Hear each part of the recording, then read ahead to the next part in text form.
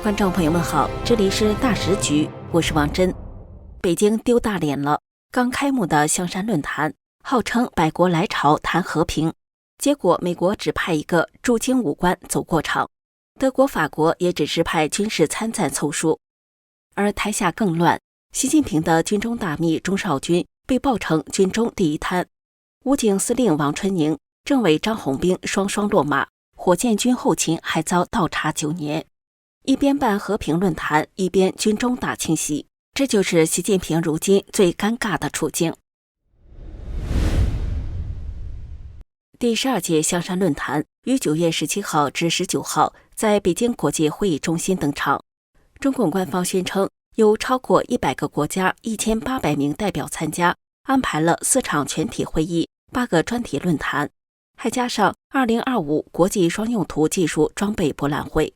论坛的官方主题是共护国际秩序，共促和平发展。听起来冠冕堂皇，但讽刺的是，就在论坛开幕同一天，中共海警却在仁爱礁对菲律宾补给船疯狂喷射水炮。台上喊和平发展，台下搞海上冲突，这种反差全球都看在眼里。更打脸的是西方国家的态度。去年2024年，美国至少派出国防部副助理部长带队，规格在五角大楼属中层，可以和各国军方领导平起平坐。今年2025年，美国仅派驻北京大使馆的国防武官，军阶通常是上校或武将，完全降到礼节性代表。同样降格的还有德国和法国，今年也仅派军事参赞或低阶防务官员现身。其实真正的大戏不是在会场里的和平口号，而是在台下悄悄上演的军中整肃。最近又有一位分量极重的人物要彻底出局，钟绍军。9月11号，资深评论人蔡慎坤丢出一个震撼弹。原中共中央军委办公厅主任、国防大学政委钟绍军不但退役了，还整个退出政界。紧接着9月16号传出更劲爆的消息，自媒体人老登接到爆料消息说，钟绍军已在上周被抓，目前被定为军中第一贪。他收的钱据称要超过苗华和卫东。对习近平来说，这可是个重重的打击。为什么？简单说，因为钟绍军是中共党魁习近平军中最信任、最核心的贴身大秘。早在习近平还是浙江省委书记时，钟绍军就是他的大内总管。后来习近平上调上海，再到北京，钟绍军都一路跟随，从中办进军委，最后做到军委办公厅主任、军委主席办公室主任这2大要职。别忘了，这人连1天的兵都没当过，却能做到如此高位，靠的是什么？靠的就是来自习近平的绝对信任。所以可以说，钟绍军就是习近平军中人事布局的大管家，负责帮习提拔人、清洗人、改革军队，样样都插得上手。这样一位军中总设计师，现在突然人间蒸发了，怎么不让人怀疑背后出了大事呢？据说，从火箭军案爆发后，钟绍军就被牵连了。2024年4月，就有消息说他被调离核心职务，转任国防大学政委，但这事中共从头到尾都没对外证实，低调到不行。一直到2025年8月，新加坡国防部在脸书发了一则消息，才意外曝光钟绍军还在当国防大学政委。但奇怪的是，中共内部完全不提这位政委，甚至连照片都被消失。在微博上，钟绍军3个字你是搜不到的。这位原本军中红人，现在连网络生存权都没了。57岁的钟绍军理论上还能干到65岁，但现在却连个副部级养老职位都没捞到，直接消失了。这意味着他的下场恐怕不妙。钟绍军也不是第一个出事的习家军了。今年3月，军委副主席何卫东被消失，后来证实也落马了。这2人一前一后出局，意味着习近平一手提拔的少壮派军中核心正在一个个被拔掉。从火箭军到军委高层，再到钟绍军，这场无声的军队清洗，其实就是习近平军权失控的外在反应。当军中亲信一个个出事，不只说明内斗激烈，也显示着习的绝对军权已成昨日黄花了。说完习近平军中亲信连续落马，再来说说最近其他军界整肃的大动作。9月12号，中共人大突然甩出一张黑名单，罢免多个人大代表，一批军头应声落马。其中最吸睛的是4位中共将军，而且都不是小角色。他们是武警上将司令员王春宁、军委后勤保障部中将部长张林、联勤保障部队中将政委高大光，以及火箭军中将纪委书记汪志斌。这4个名字的共同特点是什么？他们都是掌握实权、与习近平关系密切的军中人物。先说最大咖的王春宁，其实早在7月底，外界就传出他已经出事。7月31号，中共建军节前夜，王春宁和政委张宏斌双双缺席官方招待会。消息一出，风声鹤唳，这2位中共武警系统1、2把手突然人间蒸发，当然让人联想到被拿下的可能。人大的公告直接盖章认证，司令员王春宁没了。至于政委张宏斌呢，他既不是人大代表，也不是政协委员，所以根据中共惯例，如果被抓也不会对外公布。王春宁，习近平打造武警亲军系统的核心人物。习上任后，把原本由国务院和军委共同管理的武警收归中央军委独揽。王春宁是第2任统帅，被习亲自提拔为上将，还进了中央委员和政法委，地位极高。可以说，他是习近平用来维稳内部、镇压群体事件的重要棋子，掌握的是枪杆子，也是刀把子。张宏斌就更特别了，传说他是习近平绵江新军的班底人物，是被重点培养的第2个65后上将。如果连他都保不住，说明事情很严重。更彰显变局的是，王春宁倒台后，武警高层迅速洗牌，副司令曹军章代理司令，原北京卫戍区司令员傅文华调任武警副司令，而这2个人都是军委副主席张又侠的旧部。这意味着什么？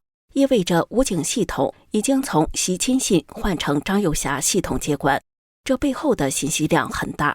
说到另外3位中将落马，也很令人惊讶，张林、高大光、汪志斌。老实说，他们的名字很少见于媒体，这次直接在人大公告中被点名，外界才第一次知道。这3人也有一个共同点，他们都是苗华当军委政治工作部主任时提拔起来的苗系人马。而苗华作为习近平军队系统的重要人物，早就低调被查。那这3个人出事，极可能就是苗华系统被连根拔起的延续。从王春宁、张宏斌到苗华系人马的集体失势，背后透露出一件事：中共军队大清洗，仍在高位深水区进行，不是小官，是核心将领，不是清一片，而是清一系。习近平的亲信部队现在一个个被清理出局，而接替他们的却是张又侠这类红二代老将的旧部，就是一场军内权力重构。就在中共阅兵结束刚刚半个月，中共军报丢出了一则不起眼但杀伤力极强的讯息：中共军委近期印发全面清肃流毒影响、重塑政治干部形象威信的若干规定。听起来像是党内例行发文，对吧？但只要对中共军队稍有了解，就知道这句话背后意味着军中清洗范围要再扩大，深度再升级了。这份文件最关键的几个词是全面肃清流毒，重塑政治干部形象。